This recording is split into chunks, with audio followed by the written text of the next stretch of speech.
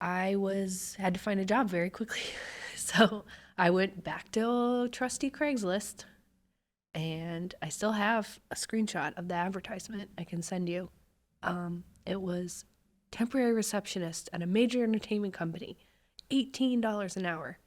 And I was blown away. I thought, $18 an hour? Are you kidding me? That is the most money I have ever heard of. I applied, interviewed, and I got the job. It was through a, what is it called? Kind of like a headhunter kind of contract. But anyway, so I come to find that it's Netflix.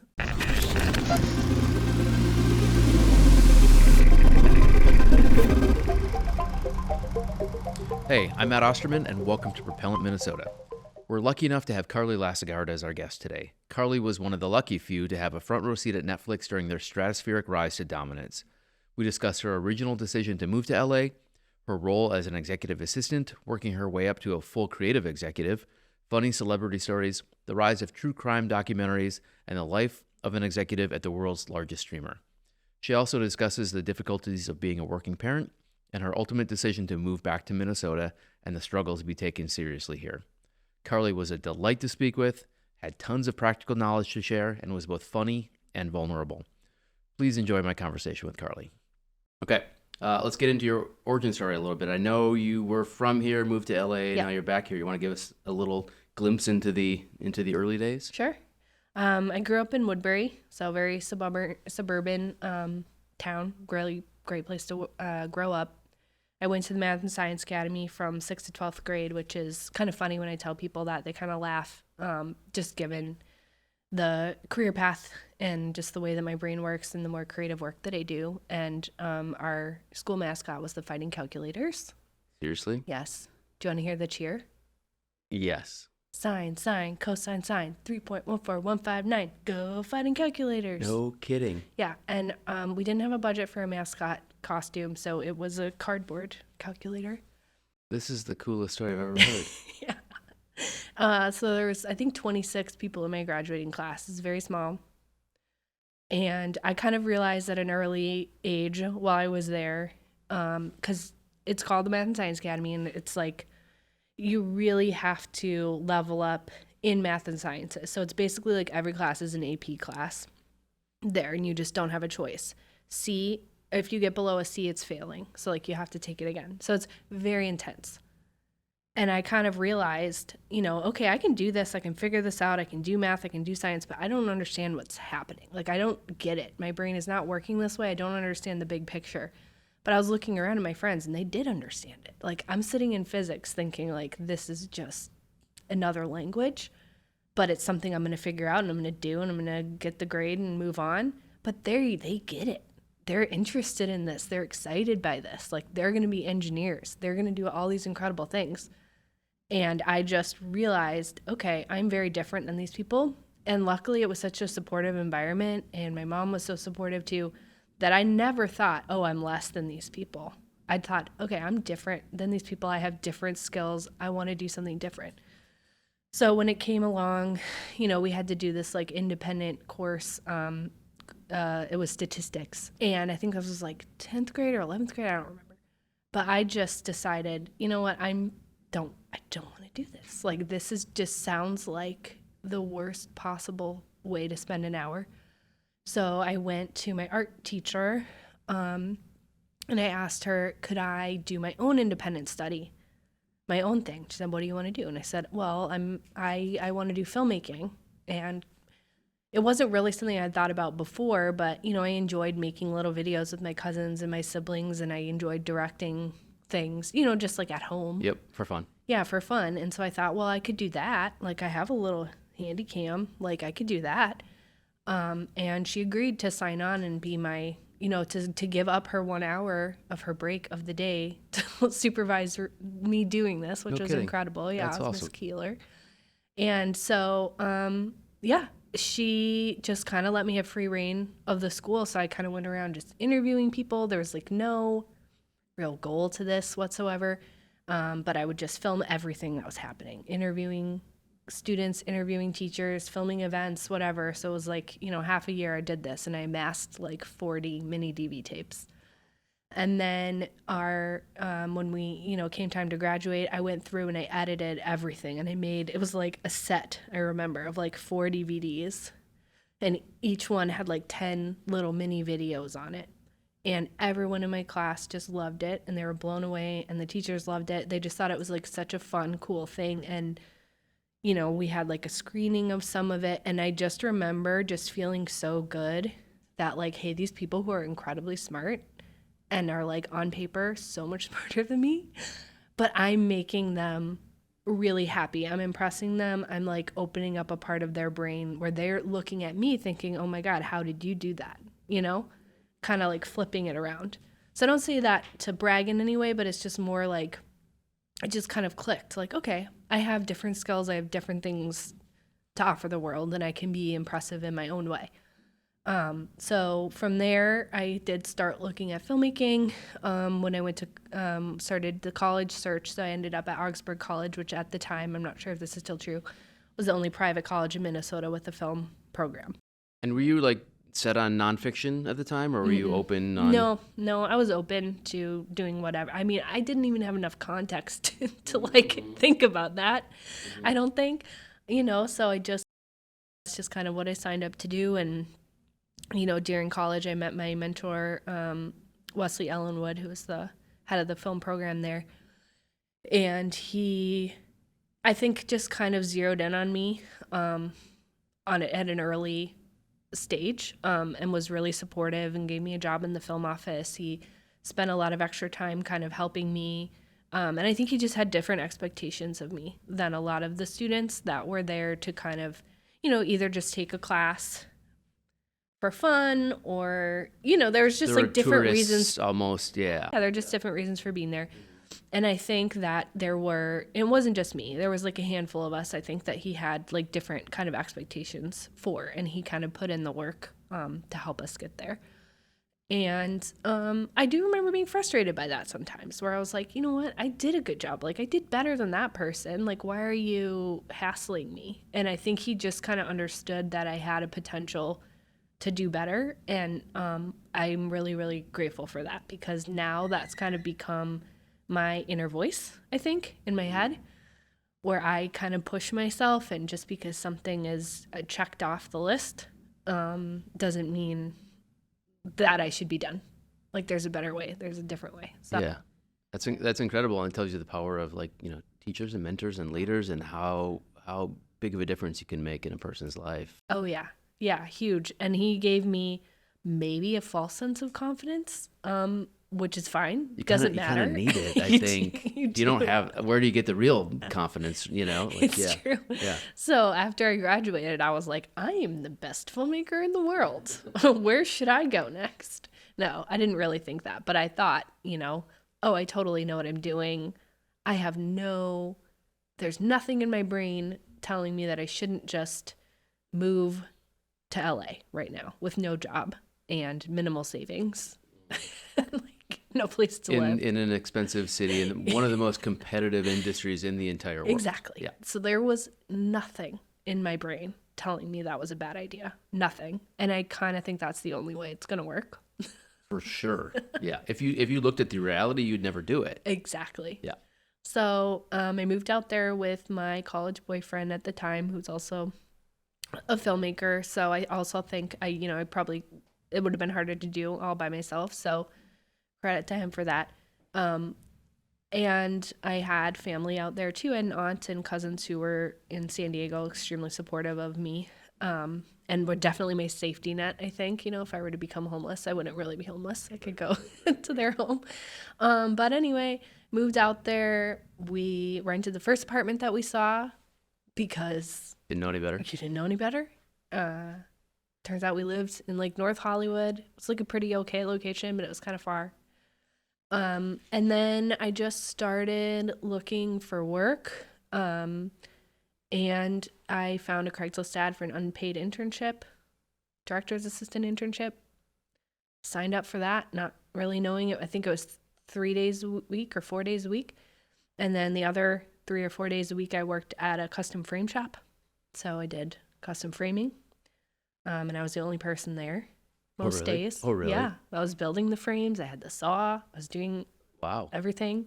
And that's not cheap either to have somebody come in and never No. have done that before. Yeah, it's expensive. So anyway, so that's what I was doing. So I was working 7 days a week. Also, young enough to have a ton of energy to not realize that this is maybe not a sustainable way of life. And even on the other days for this internship, this is a small production company.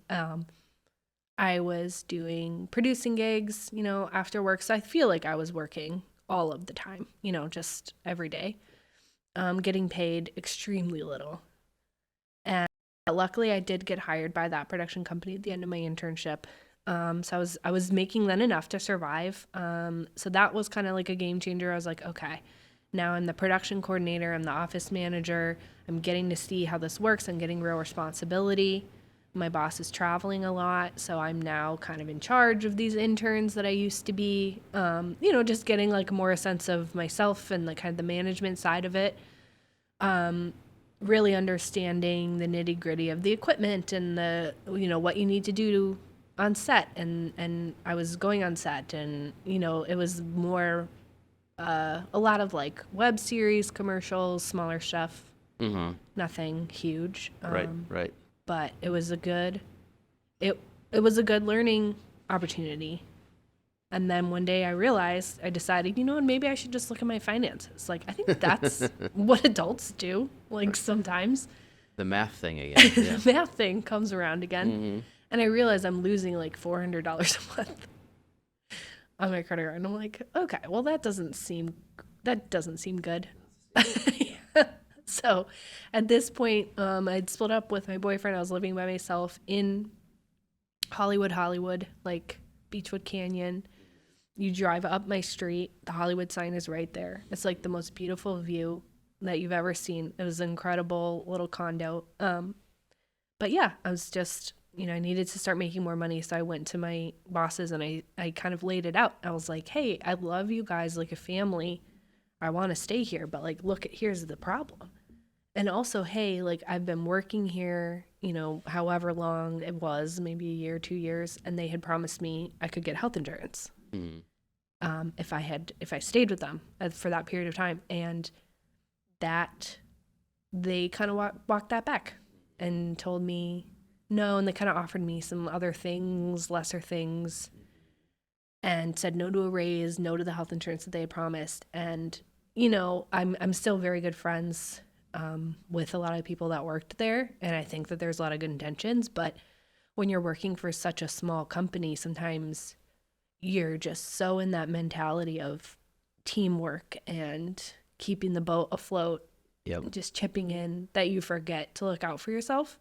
And I think that was the biggest lesson that I learned. Hollywood is really built on the naivety of a lot of the young folks, right? Totally. Who don't know any better and have that dream, Mm-hmm. right? And if you don't have rich or famous parents, that's where the nepotism thing comes in quite a bit, right? Because a lot of those people can afford to take the unpaid internships or can afford to lose money on a job versus their, exactly. And the rest of us weren't that lucky. But it sounds You're like you took power into your own hands. Yeah. So at that point, I just realized, okay, the pieces are kind of fitting together. This is not a long-term plan. I'm just going to take what I learned and go. I had to find a job very quickly. So I went back to trusty Craigslist, and I still have a screenshot of the advertisement I can send you. It was temporary receptionist at a major entertainment company, $18 an hour. And I was blown away. I thought, $18 an hour? Are you kidding me? That is the most money I have ever heard of. And what year range is it? This is 2015. Okay. So, when I was back at home and I was making like $8.25 an hour at Michael's, $18 an hour. Wow. Yeah. Right. That is Rolling something. in, Yeah, exactly. So I thought, okay, I'm going to take this job because it was advertised as a 3-month job. And then that will buy me time to figure out what I want to do, which is probably producing or, working for another independent production company. So I applied, interviewed, and I got the job. It was through a, what is it called? Kind of like a headhunter kind of contract agency thing. which is why the entertainment company name was not in the advertisement, why they were using Craigslist. But anyway, so I come to find that it's Netflix, and which I'd heard of. Like, I knew what Netflix was. Red envelope. Yeah. Yep. Yeah. And I remembered our family had it, I think when I was in high school. And I think I watched Desperate Housewives like DVD by DVD. Yep. From what I remember. So, I was aware, but it was still like a very kind of startup vibe at that time. So I thought, oh, cool. Like, it's something I've heard of. Like, this is a big company, big-ish compared to where I was coming from. So I went there and I worked at the front desk for 6 months. That is where all of my best celebrity stories come from. Okay, can you 100%. Can you give us one of those? I don't know how we'll choose just one. But first, let me set the scene of what this looked like, because it is so different than if you were to go visit Netflix now. You go now, and it is like there's security everywhere. Like, you pull in, and there's like the security booth. There's like 4 people standing there. They're checking your ID. They're like, you got to be perfectly set up in the system by someone. You got to have this pass. You got to have this thing for your car. You got to do this. You got to go park in the specific spot. And like, you got to go check in. And when you check in, there's security standing there flanking the receptionist. They've got an emergency button under the table. Like the Pentagon. Yeah. Oh, yeah. It's this whole thing. At this time, it was just a small little lobby with me, and I weighed probably 45 pounds less than I do now. And I was just this little twig person in charge of keeping anyone that wanted to walk off the street from coming into Netflix. So, yeah, it was just this little desk. It was myself, and there's another receptionist, Kelsey, who I love, and we kind of overlapped sometimes, and sometimes we were there by ourselves. And just literally there was no security. There was like for the building, because there was different companies there, so it wasn't just Netflix. I think we were on the second floor or something. So yeah, anybody could just walk in, and they did. So you didn't know if it was a celebrity. Like, if you didn't recognize them right away, like, you didn't know if this was someone important or a celebrity or somebody off the street or someone trying to trick you, because that happened a lot. People would come in and they'd have their briefcase and they'd say, I have a meeting with Ted Sarandos. And they would just be very confident about this. And you would just ping Ted's assistant and be like, oh, this person's here. And they're like, we don't know who that is. And so now it's my problem. So that was quite different than it is today. And, we just had our little laptops and our little desk, and I was just sitting there just happy to be there. But yeah, definitely I would say celebrity stories. So once I joined the documentary team, there's definitely less of the celebrity interactions, just by nature of the work. But when you're at the front desk, I mean, it's anything, because it's not just people that Netflix is working with, it's people coming in for pitches. So I would say probably, I have no clue what I would say as the most memorable, but one that just really, I can't stop thinking about, and as the kids say, lives rent-free in my head, is the actor who plays Gus Fring in Breaking Bad. Giancarlo Esposito, I think. Yes.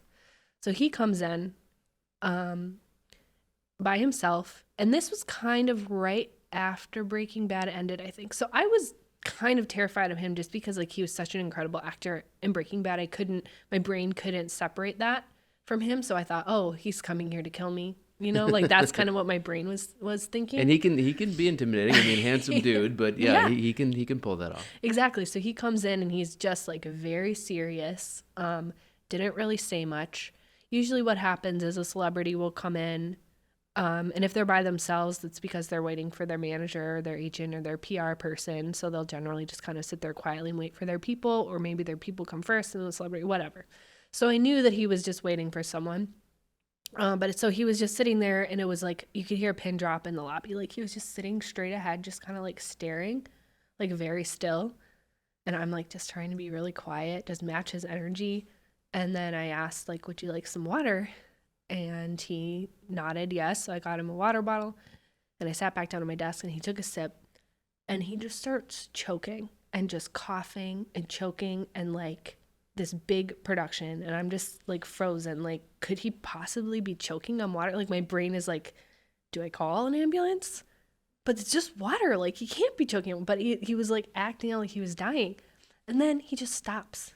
And he just looks at me and he smiles. And then just goes back to where he was. He was just like messing with me. So you don't know, do you think he was messing with you? Oh, I know he was messing with me. Because he just looked at me and just kind of like smiled. And then just went back to sitting there. That's He was probably just hilarious. bored and decided to mess with me. Wow. And I didn't say anything. He didn't say anything. But I was like, I think about that so often. He had to, he's a performer. Yeah.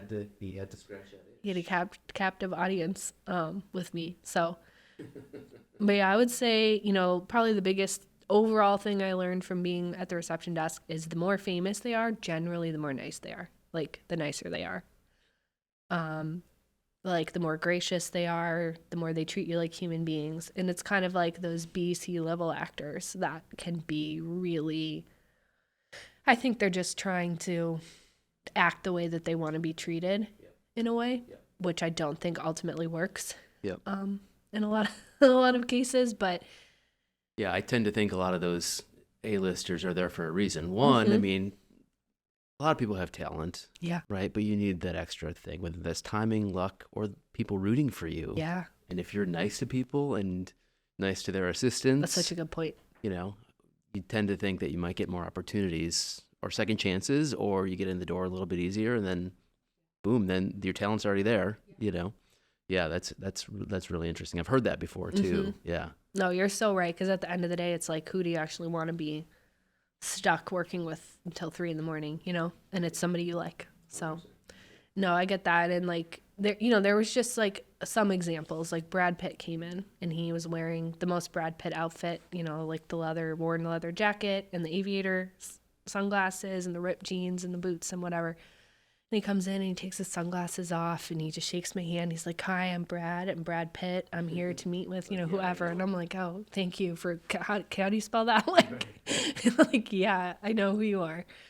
But he is just like so nice. And other people like Shaquille O'Neal came in one time. Somebody that I didn't know I wanted to meet until I met him. Just him shaking my hand, I will never forget that. The way my hand just disappeared into his hand. Right. It was like, oh, this must be what it feels like to be a toddler. Like, my hand was just gone. Mm-hmm.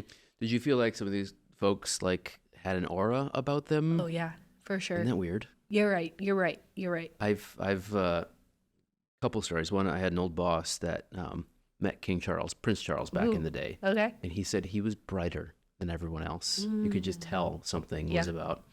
And I've met and hung out with a lot of famous people over the years, but one time in Santa Monica, I saw Charlize and Sean Penn walking, and like there was a glow about them that most people don't have. Yeah. And I'm like, is this me bringing this, or is that them? Yeah. And they have that je ne sais quoi, that special thing. I think you're right. I think it is, and I think that's so true. Like, Julie Andrews came in, and she's just everything you think she would be. She smelled amazing. She didn't look real. She was wearing this beautiful, like, light blue pantsuit. Her hair was perfect. It, like, felt like there were birds flying around and tweeting around her head. Like, her voice was just beautiful. It's just like, yeah, it's just everything that you hope. I would say, but mostly I was pleasantly surprised. Mostly I was impressed. Mostly my expectations were exceeded by people, but there's definitely some disappointing ones. Yeah, I know. Well, I mean, it's the industry attracts such an interesting type of person too, and sometimes power can corrupt, or it can make you more generous and grateful for where you're at. Yeah. So you're working kind of front desk at Netflix, and then at that point they were acquiring more things, probably not producing a whole lot of internal stuff. Yes. So to play Two in Time, I started at Netflix right after Orange is the New Black came out. So it was, I believe, the second Netflix original after House of Cards. Yep. And then what was the next phase for you there? So I started realizing I liked Netflix a lot. I liked what they were doing. I was interested. I could see myself being there for a long time. Like, I could see myself growing there. So after my 3-month contract was up, they renewed me for 3 more months. And then I think I got hired, actually, just like indefinitely as the receptionist, like as a Netflix employee, which is really exciting because then I was no longer contracted. But then I overheard one day, there was an assistant named Xana Lawrence who eventually became my boss and one of my best friends in the world. She just kind of casually mentioned as she was walking through the lobby to another assistant, oh, they're going to be hiring someone on the documentary team to support these two executives that had just started. And I knew who they were because I had just helped them check in on their first day and get organized and everything.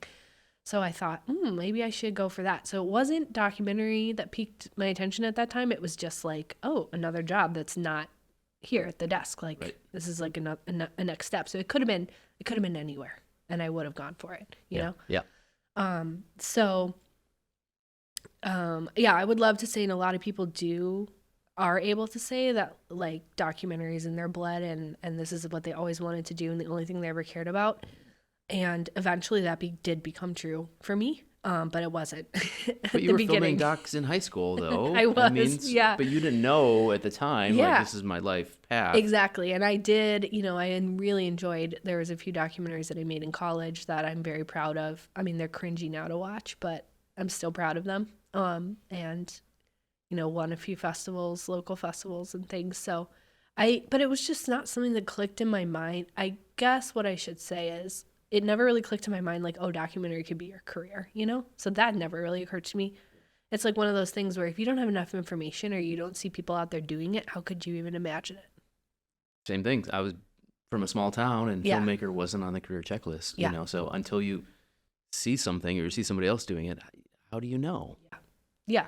It's like, how do you even kind of have that dream if you don't even know? So that was kind of I would describe my career path in like kind of this move too. It was just more like knocking down a wall and then seeing, oh, here's what's next. And then knocking down another wall and seeing, oh, here's what's next. So I never, and I still don't, had the full picture. So I never knew, oh, I'm working towards becoming a documentary creative executive at a major global streaming company. Yeah. That was never something that I thought. I wonder, though, if that was like almost a superpower in a way, because the people that want it really bad might like try too hard or might push it, happen. So maybe that was ace in the hole for you too. Yeah, no, that's 100% probably true. And I think, so when I became an executive assistant, what I did, and this was also due to being a little bit naive that worked in my favor again, was I just went to one of the executives that I knew was hiring, Jason Spinger-Koff, and I just kind of knocked on his office door and I was like, hey, I heard you're looking for an assistant.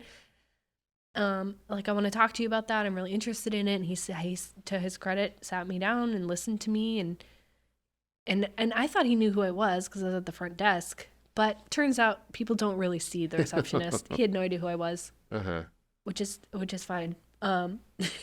So then I kind of had to back up and I'm like, oh, no, actually, I already work here and this is what I do. And then he hooked me up with HR. And, I think the reason I'm laughing a little bit is because the way you get a job at Netflix now is, HR probably is headhunting you. If you're just applying, you're one of 400, 500, 600 people applying. You're going through maybe 3 months of interviews, like 8 rounds of interviews, several interviews, screening interview, all this. It's this huge process. Ivy League, not Augsburg, probably, yeah. right? Yeah, maybe, yeah. And so anyway, but this was just a different time. It was just more of a startup vibe. So I was able to just walk into Jason's office and kind of talk to him about it. And and there is one story that I wanted to share. So there was the day, so I still had to go through the official process once I spoke to Jason. So I still had to speak with HR and go through and have an official interview with Jason. And then Ben Kottner was the other executive. He works for A24 now.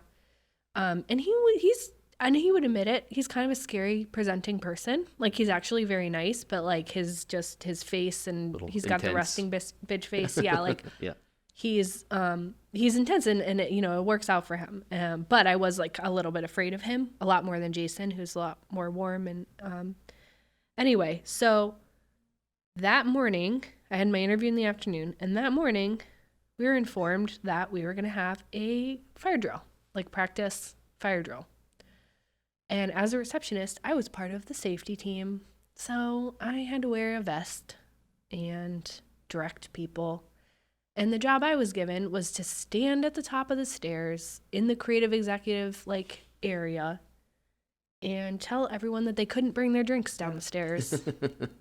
And like, so it's like the highest up people at the company who are already grumbling because their meetings have been interrupted. And I'm telling them like, hey, your coffee you just made, like, give it to me. And also, you're probably the lowest paid person, Yeah. and also going to be the last person out Yep. in a real fire drill. Yes, this is true. That's a good point. But at the time, I was just thinking, how embarrassing. I'm wearing this neon yellow vest, telling all of these like fancy executives to do, what to do, and they're already pissed off. So then I see one of the last people in line. Ben comes out of the kitchen with this like freshly made latte. And he came out of the kitchen with it, and he was like stirring it. He was like, I remember it so clearly. He was like blowing it, like, 'cause it was too hot, whatever. And he's like gonna go down the stairs. And I had this moment of like, he's one of the last people. I'm about to interview with him for his job. Should I just let this go? It's a choice. Yeah. Mm-hmm. And so I thought, oh, maybe I should just let him take it.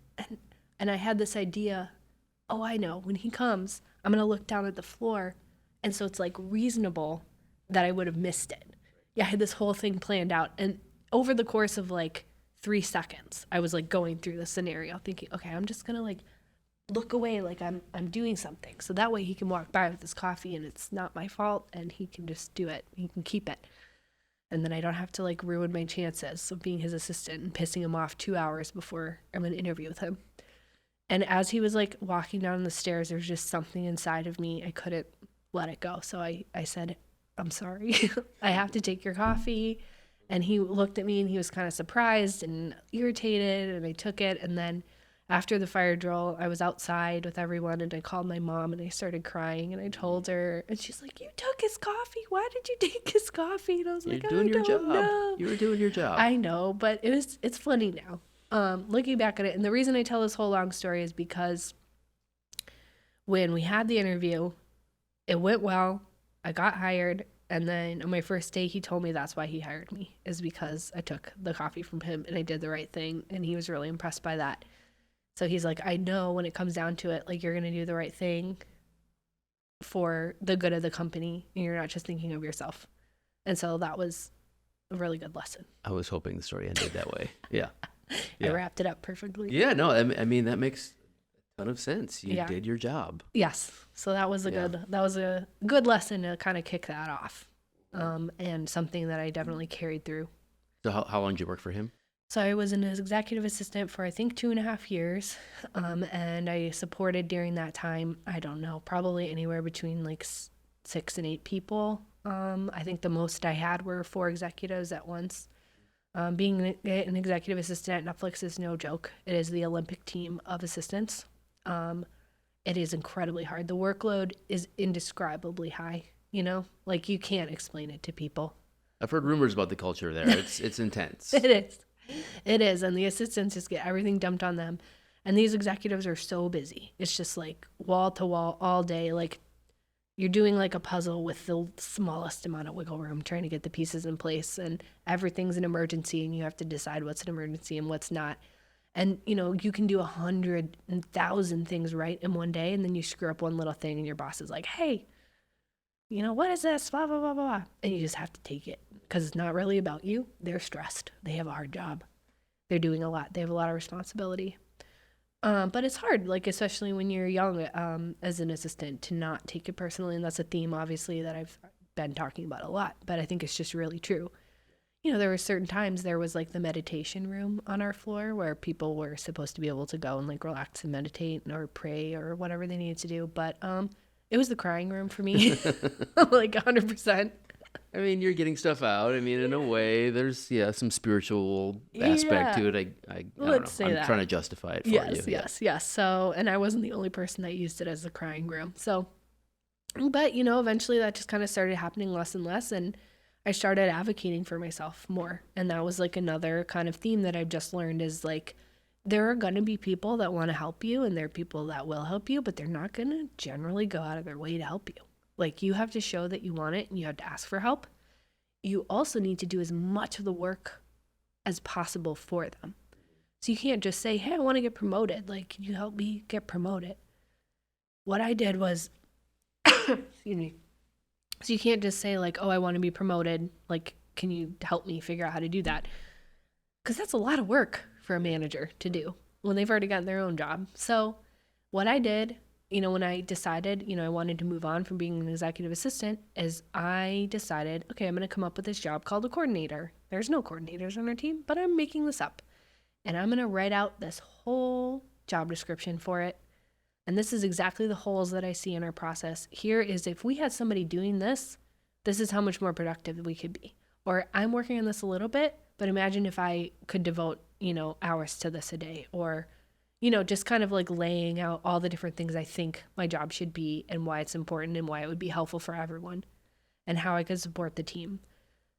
And like, who's going to say no to that, really? So I had other people helping me write up this job description. I brought it to my boss, Jason, and he looked it over and he made, I think, like one little tweak to it. And then he just took it and presented it to the executive team. And that was easy for him to do because I had done all the legwork and all the research. And you were in it and you could see it, right? Yeah. Yeah. And you're making everybody's job easier. Yes. Yeah. And I think that's the main thing, is like really focusing when you're trying to climb the ladder, focusing on that. Like, you got to think of yourself and you got to advocate for yourself, but it's a long game. And I would say that's like the overall theme of my career is it is a game. And you can play a short game or you can play a long game. And I think personally the way to play the long game, because I did see a lot of people either move to LA and leave immediately, or people that were at Netflix and they crashed and burned like really quickly. And people would come to me because I had, been there a very long time, and they would ask me, new hires would always ask me, like, what's your advice? And that was always my advice. Like, you got to play the long game. You got to advocate for yourself, but you also just got to be a team player. You got to be chill. Like, I would use that word all the time. Mm-hmm. You just got to let some things go. You got to find out where you can be impactful, but don't just like jump on it to the point that you're losing sight of what your job description is. So, but I definitely think my Midwesternness helped a lot. Just the quiet way that I have of speaking, but I know when to speak up, and I think people would listen to me when I talked because I didn't talk just to talk. I think that's definitely something that I saw, like people that were able to relax, take it easy, recognize like which battles to pick. Those were the people that lasted a long time.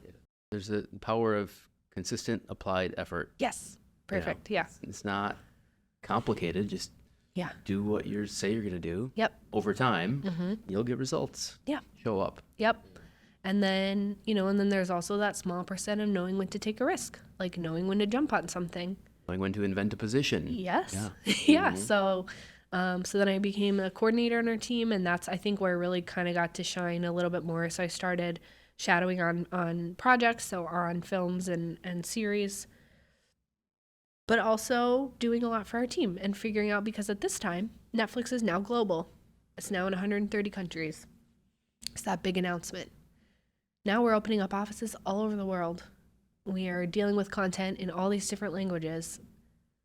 So now somebody's got to figure out, and this didn't happen overnight, but it happened over the course of a few years. And I think this is where I was probably the most helpful, was figuring out, okay, our team started with like 7 people in the Beverly Hills office, but now we've got, 25 people all over the world, and we're in 4 different time zones.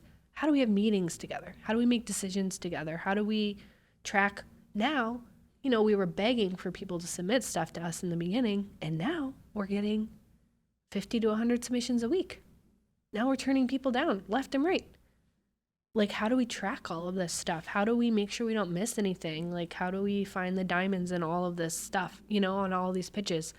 And so that's where I jumped in and was, just kind of figuring out how to keep the train on the tracks.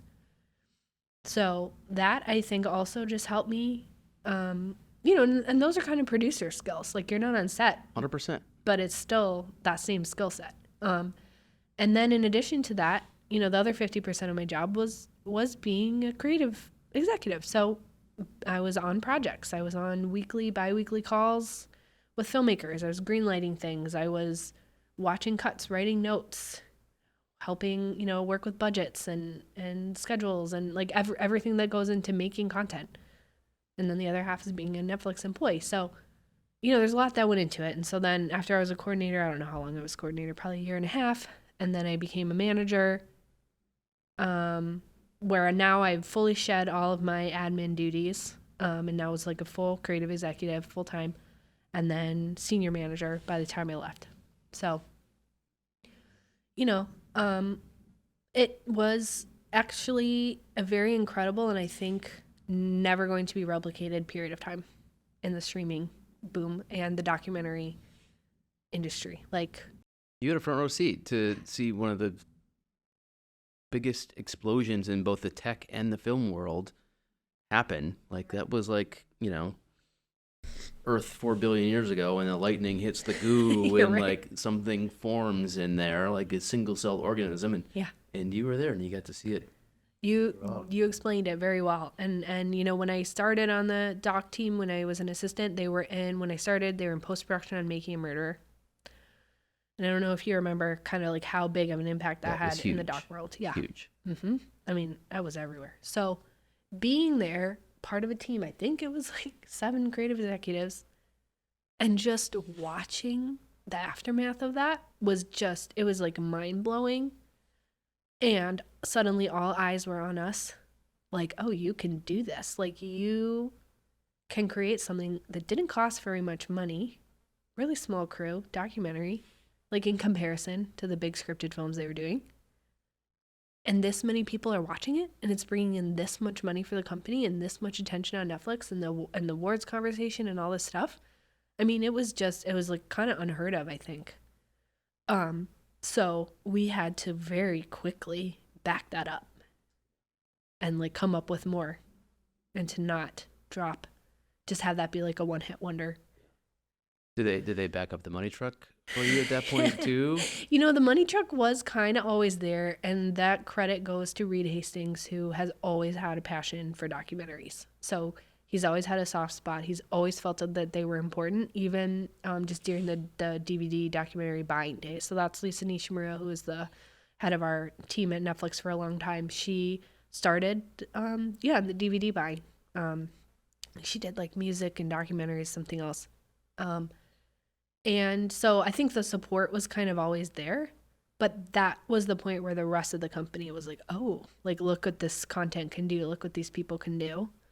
So I think it wasn't necessarily more money, but it was just more attention and support, and expectations were raised. And filmmakers started coming in. So I remember, there was a documentary that Ben worked on. I think it was called Five Came Back. It's a World War II documentary. And we got Meryl Streep to narrate it. And that was the biggest deal in the world, that Meryl Streep was working with Netflix. And Steven Spielberg was like executive producing it. And I think that was the first thing he did with Netflix. Huge. Giant, yeah. And because at that time, nobody wanted really to work with Netflix. Like, it wasn't the cool thing. Like, it was like I don't really know how to describe it, but it just was lower class. Yeah, I mean, the studios were still very much kings of Hollywood. Yes. Right? And Netflix was this new up-and-comer. Mm-hmm. Yeah. So, and I think it just not being in theaters, it just felt like lesser to a lot of the, So we were like begging and scratching and clawing to get these people to be involved in our projects in any way. But, once these hits started coming, the tone really shifted. So then it came to, oh, hey, we're no longer like begging people to come here. We're trying to figure out how to turn down these people without offending them. Like, over the course of a couple of years, that happened. So that was a pretty incredible shift too. So you were then kind of, after that management thing, you were kind of getting to the point where you could help make decisions. Yes.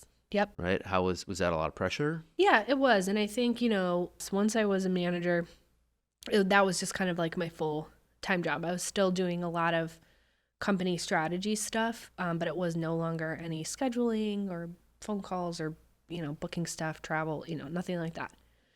And then, I did get to the point where, okay, I'm taking pitches, I'm hearing things, like, stuff is coming directly to me, I'm championing these projects, I'm bringing them to the meetings, I'm fighting for them.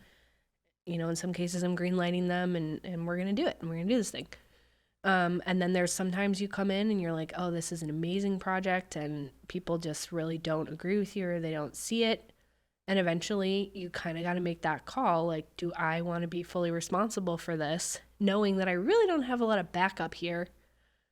Or do I kind of see the point that my colleagues are making, and is it time to just kind of cut this and move on? So that's a lot of pressure. Well, and Hollywood too is famous for the saying, like, nobody ever got fired for saying no. You get fired for saying yes to things that's that probably true. don't work. Yeah. You know, so that is, it's a fair amount of pressure. You got to take a risk. Yeah. So there was that, and what's interesting, and I think it's still true at Netflix, is that, you know, you didn't have to have, there was no rule like, oh, you have to have this many people say yes to a project to greenlight it. You said to have one person who really, really believed in it. Did that happen a lot? No. Sometimes it did, and it came out amazing, and it was like a huge win. Sometimes it was a flop. Sometimes everybody was all in on something and it was a flop. And so, you know, the other thing about being, you know, greenlighting and championing these projects and, you know, leading them is like, you have to explain yourself either way. Like, if it does really well, you have to explain why you think that is. It's not just like, oh, yay, celebration, moving on. It's like, nope.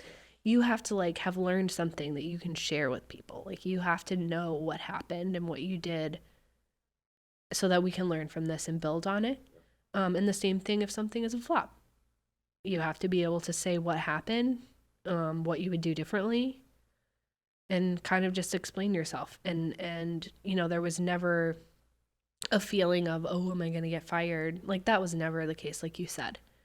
Anybody that got fired, it was just kind of more like just an overall either work Team ethic member, or team member issues. Yeah, exactly. So, you know, or just budget cuts. But but still, it's scary to be in this huge gladiator style room with like 100 people, and they've got like this slide up there with this data. Be like, here's how badly your project did, and explain yourself to everyone.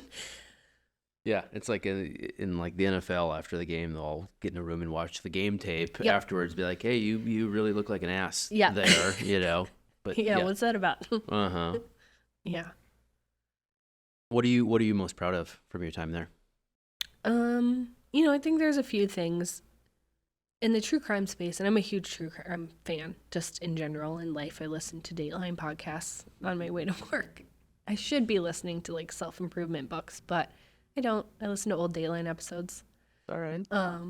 So, you know, I think there was somewhat fair criticism of Netflix kind of after the true crime boom kind of started of just, you know, how are we sensationalizing these stories? How are we treating the victims? Like, what is this? Is this morally correct? Like, what you're doing, making money off of this?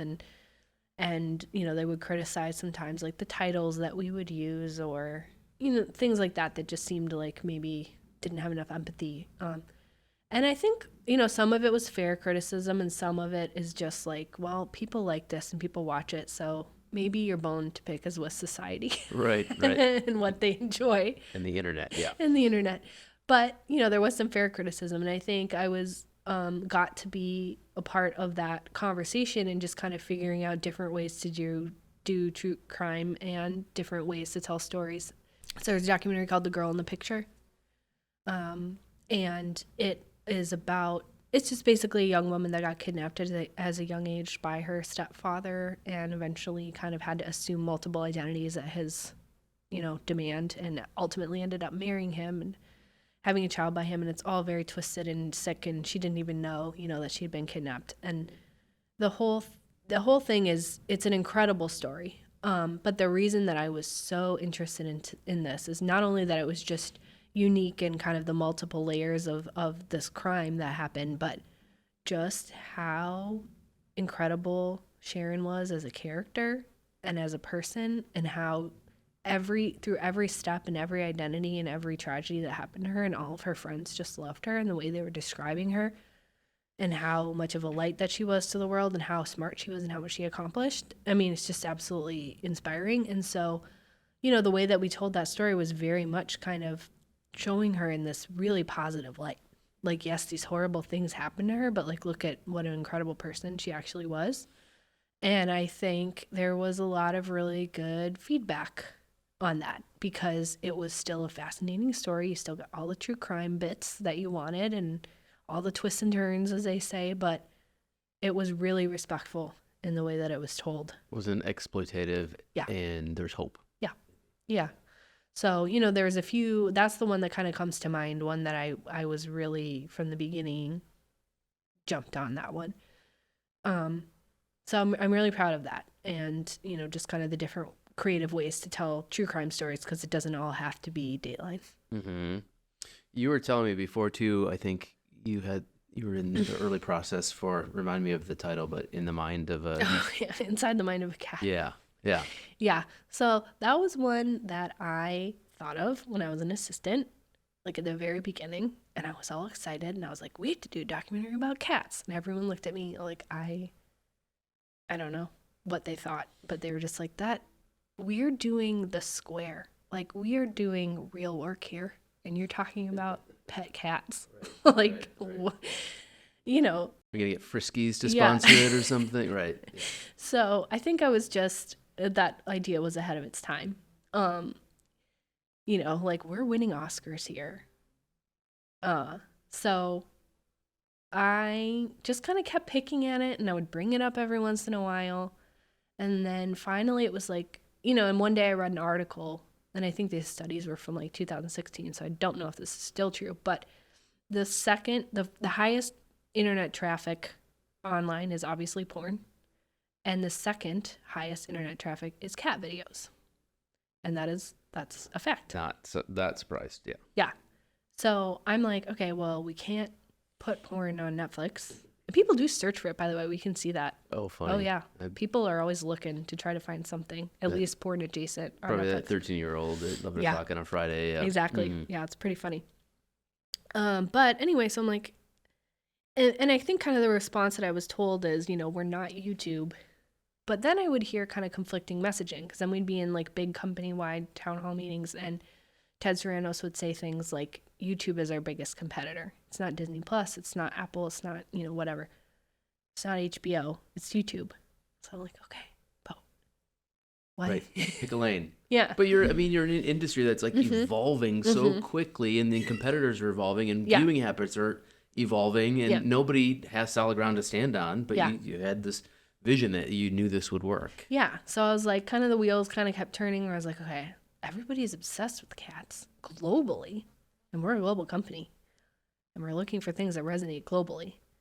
And YouTube is, apparently like our biggest competitor in terms of like time, and I think he meant that in like time spent viewing hours, And so, but no, we're not YouTube. We don't do YouTube. Okay. This isn't all making sense to me. So, I just kind of like kept noodling on it. And then there was just one day, I think by this time I was like a senior manager, technically. And I realized, and my colleague who, I brought this up to, she was like, no, this is a great idea. And I just realized like, wait, I can do this now. Like, I don't have to ask. Like, I can just do this. So, we worked together to reach out to a few different production companies with the idea. And the idea it sounds simple, but it was just cats, like pet cats, information about cats, cat science, cat history, like what is going on in the mind of your cat that you have at home, that you love, that you're obsessed with. Like, what information can we learn? And, another reason eventually after a few years that came up as to why people didn't want to do it on our team was because there had been a lot of pet content on Netflix that failed pretty miserably. I thought you were going to say they're dog people and they didn't want them to catch. Okay. No. Oh, all right. I don't judge. All right. But it was just overall pet content. So there were even things specifically about cats or just pets in general. And none of it did well. Like, it did pretty surprisingly, shockingly poorly in terms of viewing. But I did my research and I looked and I watched these things and I kind of like just took note of what all the content was, and I figured out what I felt to be the problem was that they just were including the owners way too much.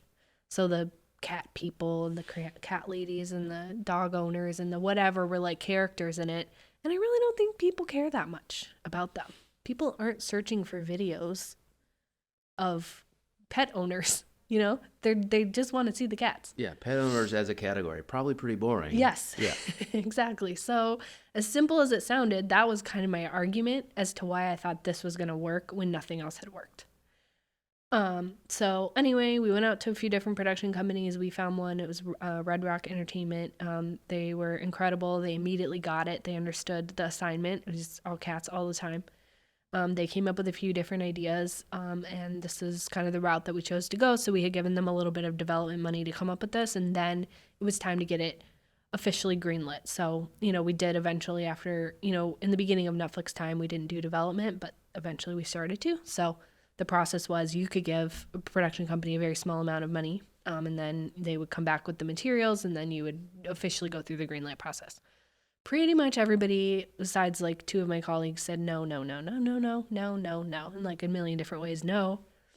And, we just kind of fought for it. And I just somehow, like for probably the strongest time, like the strongest instance, I just knew this was correct.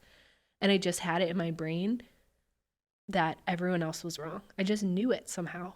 And that had not happened to me before, where, there were times that I had gotten talked out of things, and probably rightly so. Or I had some doubts, but I just went with it anyway. But this time I was like, nope, I just know you're all wrong. Like somehow I just know this. And so, and I think that's important for people to have it. And other colleagues had done that in the past, so I wasn't the only one. And so we started development on the film, and just kind of went through the process. And then I did get pregnant. So I was out for a lot of the filming of it. So, that's something else I can talk a little bit about later. But, I was very blessed to have this 8-month maternity leave at Netflix. The rest of the world generally does get like a year or more. So the fact that people are shocked at how much time I got at Netflix is amazing. Yeah. That's a reflection of America, I guess. But, I decided to take that time, but it came with its own risks that I was gone and have other people babysit my projects. And it's just like anything else. Like no one's going to care about your kid as much as you do. It's just not possible. A creative idea or actual kid. Yes. Yeah.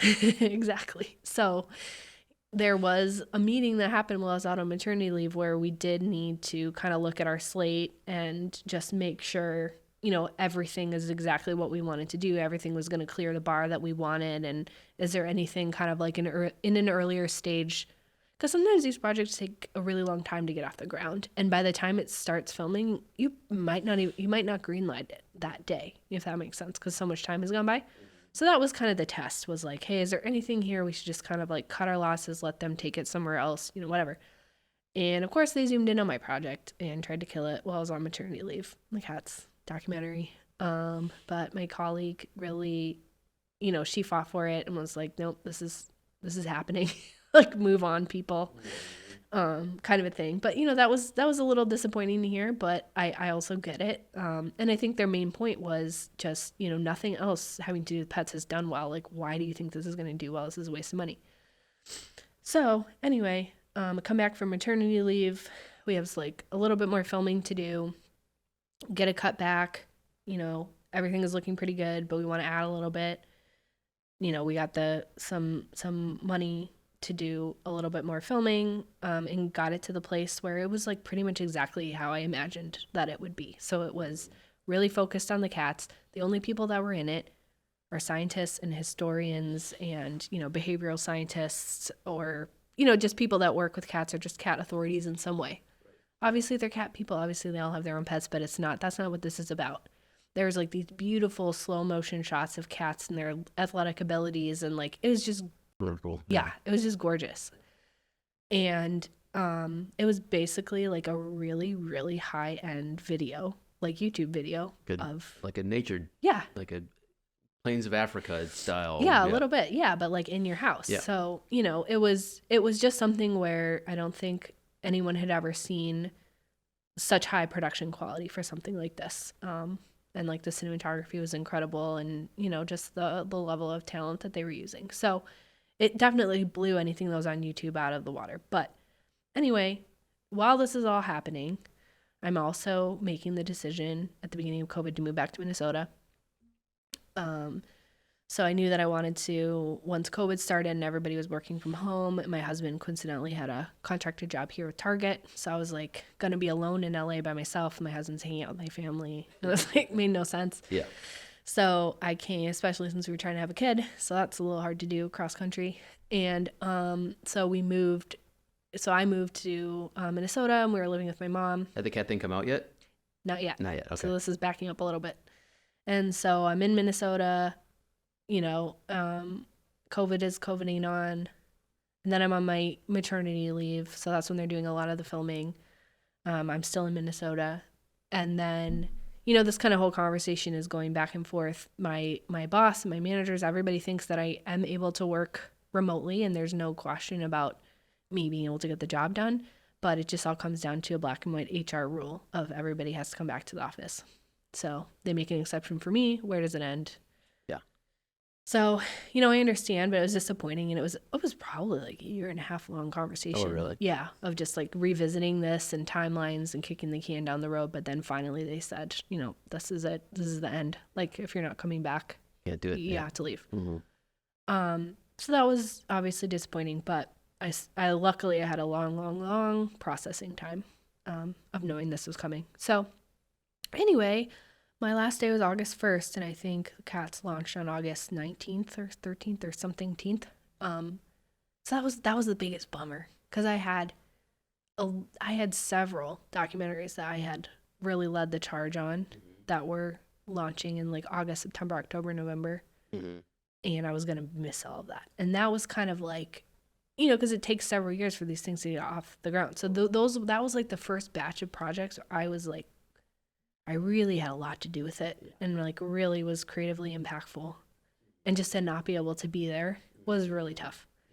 And so I was like, can I just stay till the end of August? Like, I just want to see, but no. This is all secondhand, from my colleagues, but it Inside the Mind of a Cat did phenomenally. Like, the viewing was off the charts. Everybody was really surprised and shocked. And like, it was not even just in the US, but it was just globally. It was a hit everywhere. And people weren't just watching it, but they were rewatching it. And that's not something that happens a lot with documentaries.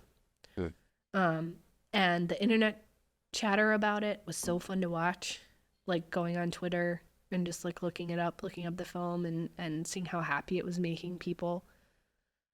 It was in the top 10 for a very long time. It was like, in terms of viewing hours, one of the most highly viewed, I think, documentary features. It's still considered. I saw it served to me a couple weeks ago. Yeah. So it was a really great, I guess, mic drop at the end of my Netflix career. I was sad I wasn't there. So I know when you moved here, with Netflix on your resume, you're like, hey, the world is my oyster. I'm going to come into That's what I thought. The Twin Cities and, rock and roll. And it didn't quite work that way, did it? No, it didn't. And, it was a very just different time of my life. Like, moving back here kind of sooner than I thought. Having a little bit regret of wishing I could stay at Netflix just to get to that next level, like the director level, because I just think I was close-ish to that. And that would have just opened up, I think, more opportunities in terms of remote work. So being able to work remotely for different production companies. But it was also a bad time for remote work because there was this backlash of, now we want everybody back in the office. Like, okay, on the CEO level, it was like, all right, this has gone on too long. Everybody come back. So that was happening. So there were even a few jobs, that I applied for on the East Coast that I was very close to getting. And then it always just came down to the remote work thing. So that was tough. So I took a couple months off just to be with my new baby and heal and do everything that you need to do. And then really started going back at it, looking for jobs kind of more in the marketing. Bad things. Yeah. Just looking for a job kind of, yes, in marketing. And I tried kind of like futzing with my resume, but I just couldn't get past the hump, I think, with marketing jobs. And that was fine because I don't think that's truly what I wanted to do. It's fine that didn't work out. And obviously during this time, I'm applying for any kind of film jobs that I can find, which are very few. So I'm applying at like TPT and other kind of smaller boutique production companies, and I just can't get anybody to answer me. Like I can't get anybody to take me seriously. And I think, I don't want to assume, but I think, in some cases it's like Netflix is just too overwhelming for people, where they're just like, I don't know what they think. Like I'm just going to come in and be so unimpressed by them or something. It's like sometimes the feeling I get, which is so not true. Mm-hmm. I am a very like humble person, so I'm definitely not. Bringing your big city Yeah. processes in here. Yes, Yeah. yes, Uh-huh. exactly. Like I can read a room. So, and it is just disappointing because none of my interviews worked out, even to the point where I thought anybody was taking me seriously in like any way. And that was just really disappointing. And I kind of had like a mini crisis. Like, okay, everything that I worked for and I was really excited to bring back here to Minnesota, and I can't get anybody to hire me for anything, like at all. And I think the other problem is, people are afraid of the jack of all trades situation. So, and that is what I am, I think. When you're a creative executive, and I think there's also a little bit of a lack of understanding of what a creative executive is. I think a lot of people think that you're just kind of there to show up and spend the money and eat the granola bars and leave. Choose a poster and say, Yeah, just kind of make sweeping notes and then head out to an event or something. But it's a lot of work. And like, I think creative executives, the way that their brains work is just so impressive to me, because you have to be focusing on the smallest of details in your film to notice a little tiny typo in somebody's lower third. But then you also have to be thinking about millions of dollars of like the budget for, whatever this or that, or this company initiative, or advocating for your team, or reorgs, or, whatever it is. Like, the scale of things that you have to think about at one time is just really incredible. be able to turn on a dime and use both sides of the brain. Yeah, And, exactly. And so I always found that to be incredibly impressive. And I think that sometimes people think that's a negative, where they want somebody that is just really focused on one particular part of a job. Mm-hmm. Mm-hmm. So yeah, I kind of had a meltdown about that. And then but there's a lot of really talented people here. I started a group. It's kind of a women's group that we meet every month of documentary producers and directors, and kind of more like, the working professional group. And I just kind of wanted to, and actually Ember started this with me. Yeah. Ember Truesdell, who lives here, and Drew Barrymore's works for Drew Barrymore, essentially. Incredible Ember, who has been, such a great resource for me. And so, we meet monthly-ish, whatever we can. And it's just kind of like a networking support group. I think at a certain point, we kind of dipped our toe in the water to see like, oh, is this like a way to make change, or to like fix all the institutional problems that have been going on for 20 years. And then I just kind of realized, like, this is not me. I don't have the time and I don't have the space, and I'm not going to be able to follow through on this. And that's not something I want to promise anyone and not follow through on it. And so I just kind of told everyone, like, what I can do is I can be here and I can keep connecting people, and we can keep meeting and supporting each other and talking about celebrating our wins and complaining if we need to, or asking for help, and people have met each other and they've started working with each other, and it's been really great. It's not moving mountains, but it's I think it's making things better. Yeah, not everything needs to move mountains. Yeah. Right? Like that sounds like it's a valuable thing for people. Yeah. So, and like Twin Cities Film Festival, Jayton also been a really great resource. And so I'm just kind of picking away at it. And I think the reason I kind of crashed and burned is because I tried at once when I got here. And then eventually realized, okay, I need to find a way to pay the bills that's not filmmaking, because this is too hard. This is too stressful. And I mean, you have kids, and it was COVID, right? Like, yeah. There's a lot of extraneous things going on here, right? I think you need to give yourself some more grace on thank you. that. Yeah. So, and when I started this group, I was like incredibly pregnant, and all these women were like, what are you doing? Like, you should be home. And I was just kind of riding the high of just like, I want to change. Like, I want to just jump in. And a lot of them, they've been through a lot of the same things that I'm going through and have been just incredible resources and give me a lot of great advice. So anyway, so then I realized, okay, you know what? I'm going to take a step back and I am going to take a chance on being an executive assistant again, because I guess I didn't really say this in the beginning, but when I left that production company, I had, a business card that said Carly Lassegard, producer. And I was like, oh my God, I've made it. I'm a producer. I have these business cards. I'm working with these celebrities and doing all this stuff. And I'm getting paid nothing, hardly anything. But, I've really made it. And so there was a little bit of that ego thing when I became a receptionist and then an executive assistant and then a coordinator. And I just didn't, it was just, there's definitely like an ego piece of it where I felt like I was taking a step back. But sometimes, you do have to take a step back if you want to take a bigger step forward. So that's what I decided to do. So I rewrote my resume entirely and I started targeting jobs for executive assistants to CEOs. And I would give this advice to anybody who has a history of producing or producing skills that's kind of looking for something else to do or to supplement or take a break or maybe a long-term career change. Look at executive assistant jobs and look for jobs where you're supporting somebody that you admire and somebody who's smart and has like a great career track record and who you want to learn from and who can be a mentor to you.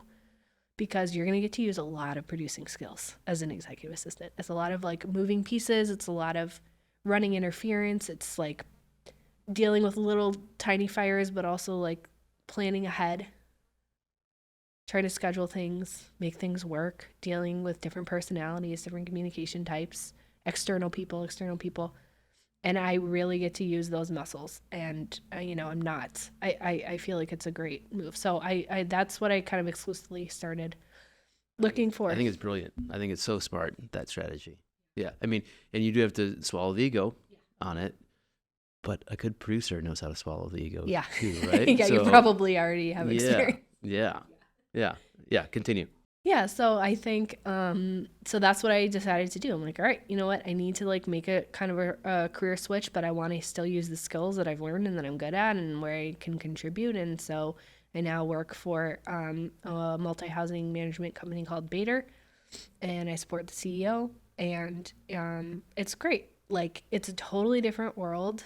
Everybody's been so kind to me, teaching me how to use non-Mac computers and Excel and everything.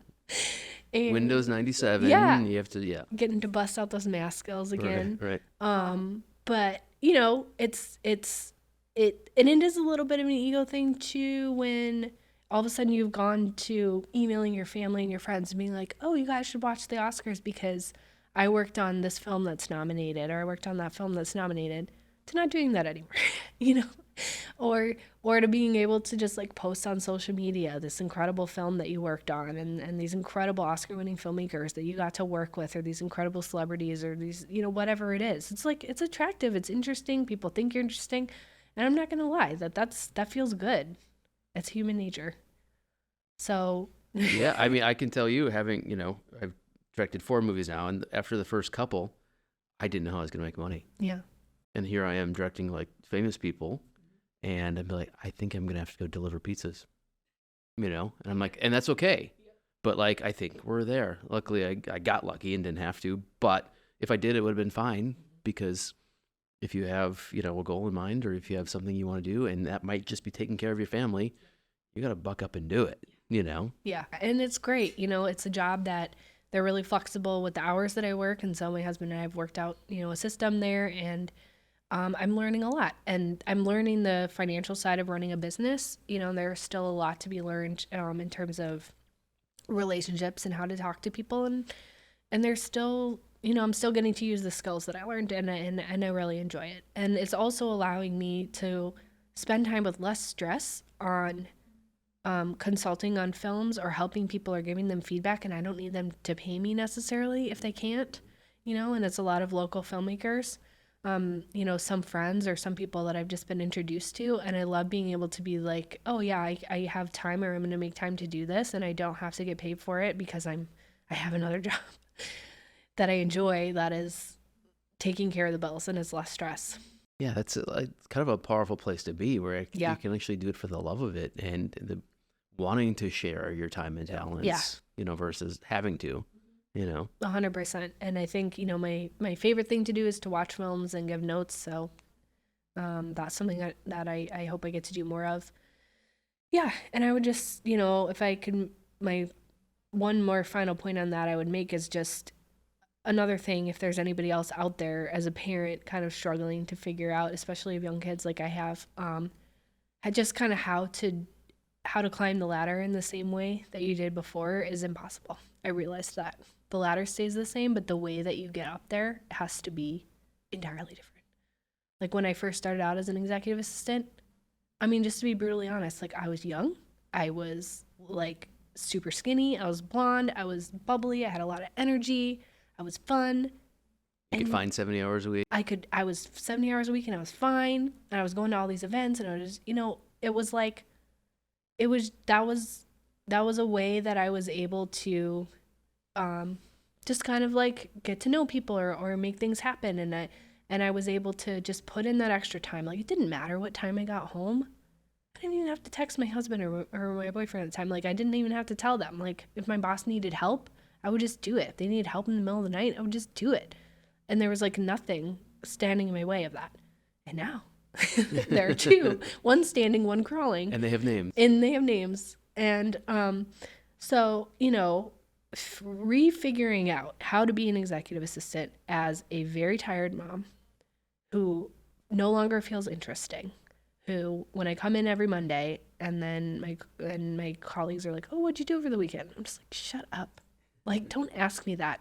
It's a stomach flu. I was at urgent care for 6 hours. Like, I slept maybe 8 hours the entire weekend. I was like, like cleaning jelly off the walls. I don't know. Stop asking me that. And, so going from, how I was the first time around as an executive assistant to this time being like, no matter what's happening here at work, I have to get up at 4:30 because if I don't, traffic's going to get bad and I'm not going to make it to pick up my kids in time from daycare. Mm-hmm. And so I just got to get up and leave. Mm-hmm. And I can't, there's other people there that are putting in the extra time, and that's great. So I have been doing a lot of thinking of how to just make my time impactful. And I think that's kind of what it is. It's like a different way to play the long game, just figuring out, okay, how can I be impactful during the hours that I'm there? How can I make sure to speak up? How can I make sure to speak up at the right times, tell people the right things, share my ideas, work on things, like, just make the time really count. Yeah. And it's hard. Have you found any tips or tricks on how to do that yet? Because I think I struggle with that too, because, when I first started writing, I could have a regular job and then write from, 6 till midnight every night if I wanted to, or 2 a.m. Yep. I can't do that anymore. Yep. So you got to make the time you have more impactful. You said, is that just a mental switch? I think it is a little bit. It's like maybe I can't just hang out with people and chat for an hour during lunch break. Like maybe I got to eat at my desk and I got to just plug away at this. Or maybe I need to go find a conference room to hide in because I can't just chat with people like I used to. Or, I think I've definitely learned to make my contributions known more. I've learned to save my work, and I've also learned that there's things that will come up that are just the smallest things that you did at your old job that you would never imagine would come up again, and just recognizing and connecting those skill sets. So, from being an executive producer to an executive assistant again, just like noticing like, oh, wait a second, you guys don't have this meeting, or you don't run this meeting in the most effective way. But we used to have a meeting that was kind of, if you boil it down, it's kind of like a similar goal. We can do it this way. And just kind of finding ways to make those connections. Because I think it's just a small world. Like there's different skills that people have, but ultimately when you boil it down, just kind of a few main skills that you can put to use and that you can just like, if you put a wall between your experiences, they can't influence each other and you can't make it better. Or if you shut yourself off in front of other people, you can't help them. You can't grow together. So I think you're just saying like different experiences can help you in future things as long as you are open to Yes. it. Yeah. Yeah. Nope. You're totally right. So I haven't figured it all out yet, but I will just say that anybody going through it, like, it's hard. If you need someone else to tell you that, I'm happy to tell you that. It's really hard because you're going through the day and you're not just thinking about yourself and your career and your job, and you're thinking about, oh, this, my kid had a fever, or when's this next doctor's appointment, or oh crap, do I need to get them on a waiting list for an elementary school? Like, there's just all these things going on in your brain that didn't used to be there. So there is some compartmentalizing that needs to happen, but also just kind of leaning into your strengths too, and just kind of letting it happen. And you know what? Sometimes I think, okay, so I'm working at this company that manages apartment buildings. If no one has children to raise that can be successful enough to pay rent in an apartment building, like, this is not going to be sustainable. Right. Yeah. Right. Doing the world a service. Yeah. For sure. Right. Yeah. That's funny. Well, I think the fact that you're sharing this is incredibly brave, because it's a lot of things people don't want to talk about, because, you got to present a good face. You got to be the winner. You got to, have all the time in the world for everybody. You have to be everything to everybody. Yeah. And that's not possible, but nobody likes to talk about it, Mm-hmm. So kudos to you for being vulnerable on that front, because I think it will help people. I hope so. And it seems like you are, you're very human like the rest of us, despite all your accomplishments. So I think we can all see that, like, we all have our own struggles and our own losses and victories, but if you just keep moving ahead, Mm-hmm. you'll get there. Yeah, you're right. Yeah. Okay, last couple of questions. I asked these two.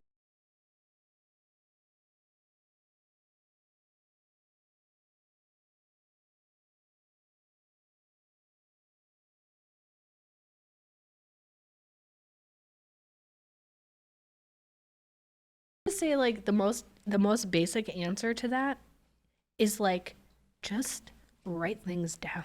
Just like your notes app, your Google Docs. I know this sounds really basic, but this is something I've learned switching careers. Save your work, save what you do. Like, it might seem insignificant, like, oh, I figured out a new way to, like, run this meeting, and here's this cool new way that we write out the agenda. And you might think you're never going to use that again, but you will. Like, save a template of that. Save your work, save what you do, organize your stuff. And so the next time you're writing your resume, maybe you'll have this document of all the things that you've done. And that stuff really helps, having very specific examples, I've noticed, like in my job search. Things you can put numbers on or quantify, with your success and stuff. And that's not things you remember when you're trying to write your resume. So I'm going to just go with my old-fashioned answer of, like, your notes app and just writing things down. Yeah, I think it's underutilized. I need to do more of it myself too. Yeah. I like scratch notes and then like get rid of it, and then I'm like, where did I put that Yeah. thing? Like, yeah. So being organized in that, I think, can bear a lot of fruit. Yes. Yeah. It's a boring answer, but No, it's boring works. Boring has kind of always worked. Yeah. You can have this cool, sexy new app that yes. people use for 2 weeks, and then they get rid of it. But Yes. little-fashioned notes, True. especially on your phone. Yes. That's a good one. Okay, any local shout-outs? Anything you've done locally? I know we kind of talked about this, like, doing things is hard. But yeah, any good neighborhood restaurants? Wow. Oh, man. I wish I was, like, cool enough to have good answers for this. I'm like thinking of things we do. We go to the zoo. We go to the children's museum. Like, my husband and I do not get out enough. I would say I'm going to put out there, because I'm going to manifest this, that I want to go. I want to go back to LA by myself for a long weekend in the spring. And I want to see people and catch up and eat the food that I miss. Yeah. And that's what I want to do. All right, we'll have you back, and then you can tell us some things that you did there. Yeah. Totally fair. If people want to, like, reach out to you or connect with you, is that a possible thing, and how would they do so? 100%. Yeah, I have a website, so it's carlylassegard.com. Also, my email is very easy to remember. It's just lassegard@gmail.com. Pretty easy. So, if you've got I mean, I try to do a good amount of paid work and free work. The timelines would be maybe different on how fast I can get it done, but you know, I still have some time on the weekends to do contracted work, and I also am down for coffees and conversations and Zooms and advice. Like I love, you know, if I could be a mentor or support people in any way, I want to do that. I mentioned earlier my mentor, Wesley Allenwood, he actually passed away 2 winters ago. And so that was really, really tough on me too. You know, when I moved here and I was all excited to kind of get back into things, and then all of a sudden my rock kind of was gone. So, you know, if I could be that to someone else, I would love nothing more. Yeah. Well, Wesley, your local shout out Yes. too. That counts for Yeah, that. 100%. Yeah. Well, thank you for being here. This was incredible. You did great. So much good I hope advice, so. and people will learn a lot from your story. Oh, good. Yeah. Okay. Thank you. All right.